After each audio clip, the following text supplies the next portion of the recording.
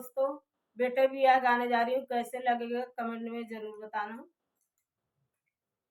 बेला चमेली का फूलवा फूलाई सुंदर फूल रे ललनवा। अरे फूलवा फूलाई सुंदर फूल रे ललनवा।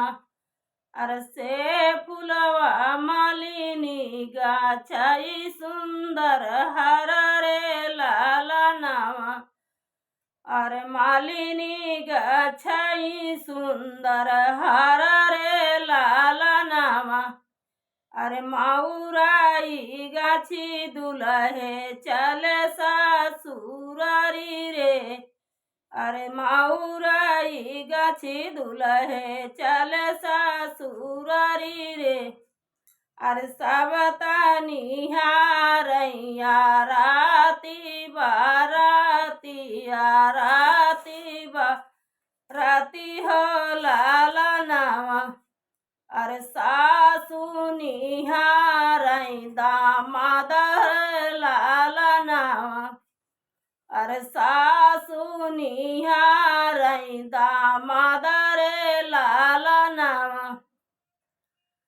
आँखिया तावन कर जैसे यामावा की फकिया। अरे यामावा कई फकिया। अरे निकुरा सुगनमा का ठोड़ा रे ललनवा।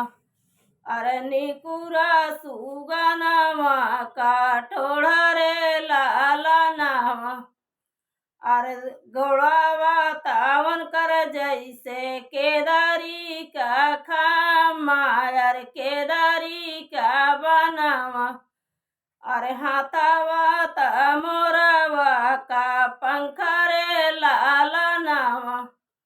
अरे हाथावा मोरवा का पंख रे ललनवा।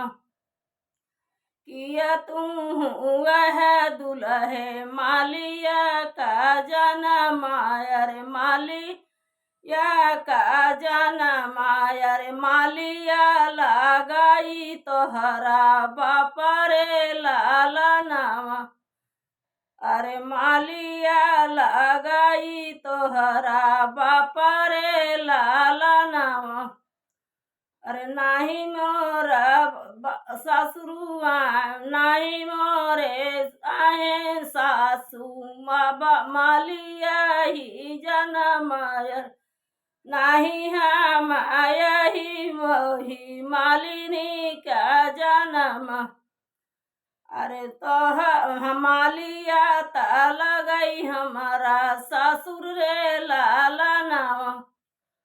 तोहरी बेटिया सासू मालिया का जन्म। अरे मालिया का जन्म। अरे मालिनी मालिया लगाई हमारा ससुर रे ललनवा। अरे मालिया लगाई हमारा ससुर रे ललनवा। ऐसन दामदवा हम कतहु ना देखे। अर केहू का नहीं अरे देखे रे ललनवा। अरे उलटी के करते जा बाबा ललनवा। अरे उलटी के करते जा बाबा रे ललनवा। बाय।